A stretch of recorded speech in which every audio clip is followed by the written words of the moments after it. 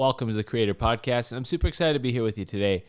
There are so many things I want to share with you, and I cannot wait to jump in. And so today we're going to just jump right in, and I'm going to share the story that I had with a coaching call this morning. And this coaching call came in at about 6:30 this morning, and I was able to listen to it, and really it started to shift my reality a little bit about the intention behind things. We've talked about that on other episodes, but what type of intention am I giving towards marketing my products? What type of attention am I giving towards creating things to happen sooner than later? There's this idea and concept out there about quantum, quantum realities, in essence, that time and space don't exist, but that time and space is something that we've put on ourselves, and that we may be able to receive the things we want quicker and not have to move as far through space to get there, right? And so an example is we set goals and we say, okay, in a year, we have to do all these things. We have to get through all this space.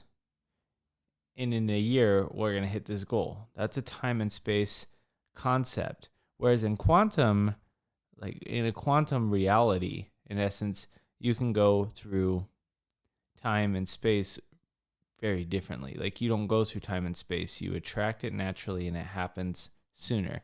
And that can be done through meditation, it can be done through other stuff. But that I kind of digress a little bit with this whole quantum concept. But we hear about it through so many other people. Ed Milet talks about taking his day and condensing it into 3 days. So he blocks it out into 3 6-hour days. So although we'd say that's 18 hours, he's doing what the equivalent of 3 days worth of work in one, because he's blocking it into 3 separate days, or into 3 6-hour blocks. And so there's all these different ideas and things floating out there. But today's meeting really hit me is I can have that quantum realm, that quantum reality, and eliminate time and space a lot faster if I actually started to become more attentive with the things that I was doing. An example, if I'm marketing a product, let's say the product is nutrition, right?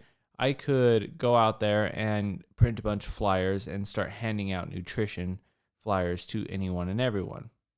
But what if there was a better way? What if I started going to gyms with those flyers instead and started handing out nutrition flyers to those that are walking out of the gym?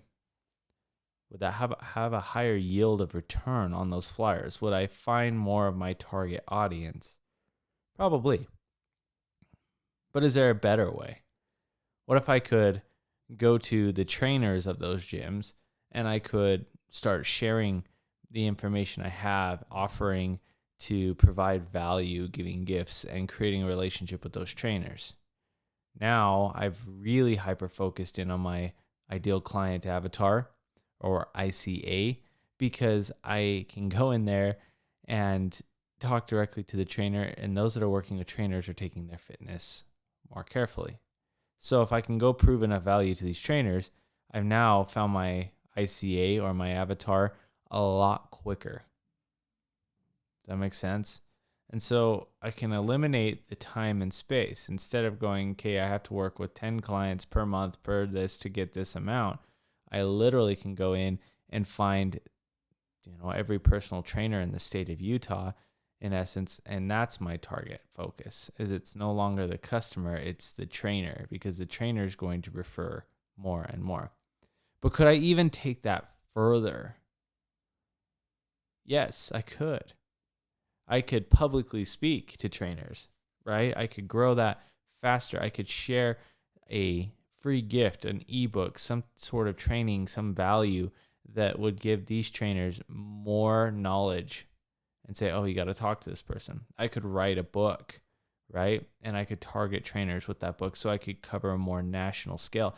There's things that you could think of, but you have to find who that ideal client is, that avatar, and where is the beacon and the message that the actual consumer, the person you want to work with, where is that message coming from? And so I sit there on this call and I'm just blown away of like, what do I need to do? Who are my beacons I need to hit? And I say beacon in essence of someone that's just going to come and share and radiate the light of your knowledge, someone that's going to be in your corner. Where are they? And how do you find them? And those are the questions that I want to address a little bit. Like, let's consider your product. Let's break it down a little bit. I mean, whatever it is, you've got your general consumer, the person you're wanting to go after, right? But generally, that person has someone that's helping them already in one aspect of it. It may be like going to the gym. We talked about there's a nutrition aspect, there's a fitness aspect. Most of the time in the gym world, people would go after the personal trainer because it's something physical, it's something they can see first, right? They can see and feel the results. So what individual in your area is helping you or helping your client see and feel the results? Maybe yours is the answer, maybe it's not, but where is it? Does your product help people see and feel? I don't know. So then we go into finding those people. We're going to, really break it down and say, okay, who is the person that's providing the physical aspect of it, the feeling, the seeing, maybe the hearing, right? Who's that ideal person? And then we're going to break it down to finding a group of those people. Who are they working with? What's their client? And see if you can't align within that group of people, the client. Okay, and then look bigger. Where is that person going, right? Where is that person, this beacon in essence? We're going to use that word throughout the show again, I guess. But where is this beacon going to learn his or her information? So where could you go above that person in order to share the message down the stream? Right? Because that person, if you showed up to a conference or if that person, that trainer, whatever it is listening to your message through someone else that they follow, now that message is reciprocating all the way down to the end client as well. Right? And so this is how it works, is you have to look for those areas.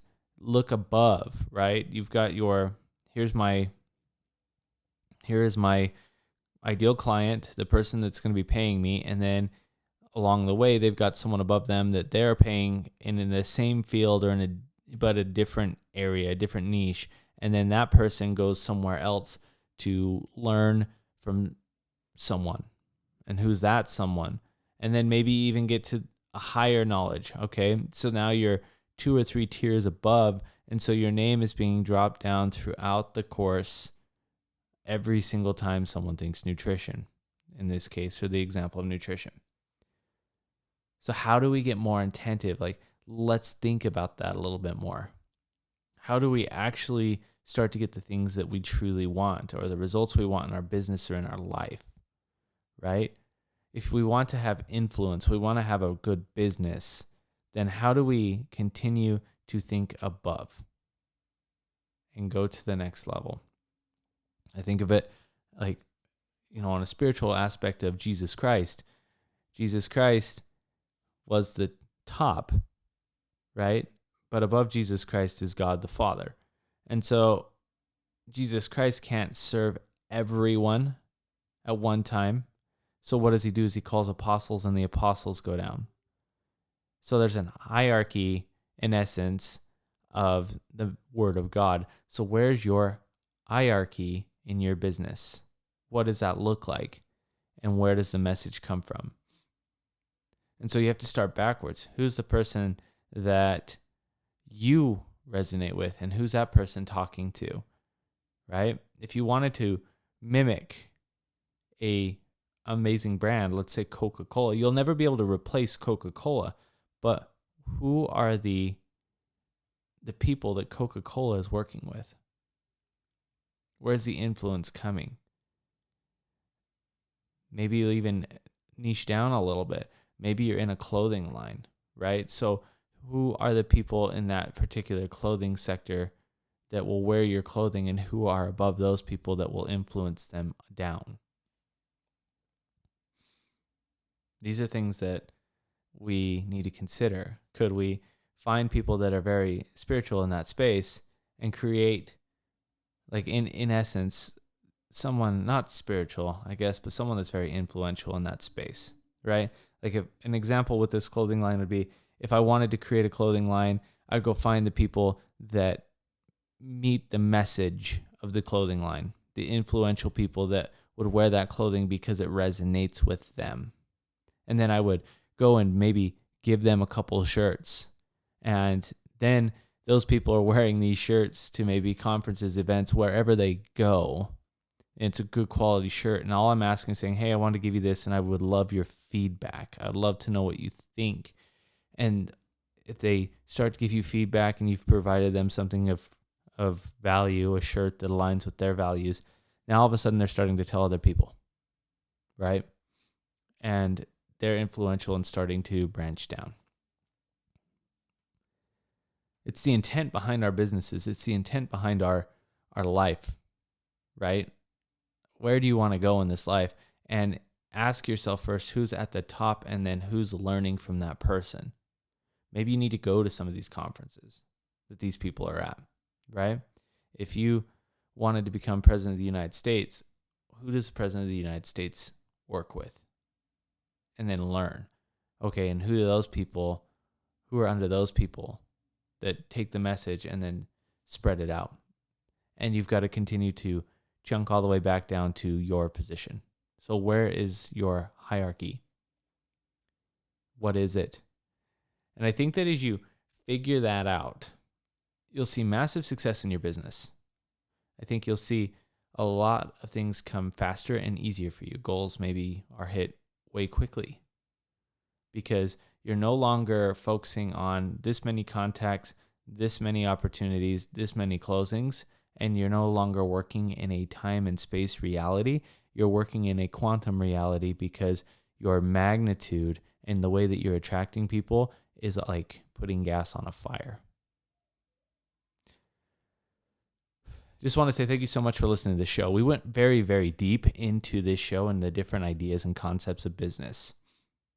And this is something that was on my mind as I go through my business as well. This podcast is to remind you that you're a creator. And if you're an entrepreneur, you are creating your business. If you're a salesperson, you're creating your book of business. And so how do you create that? How do you think at a larger scale? Thank you so much for listening to this show. If you would do me the favor of rating this show, giving an honest review, sharing it with a friend, that would be awesome, and I'd greatly appreciate it. The support for this show continues to grow, and I cannot thank you enough. I hope you have a wonderful day.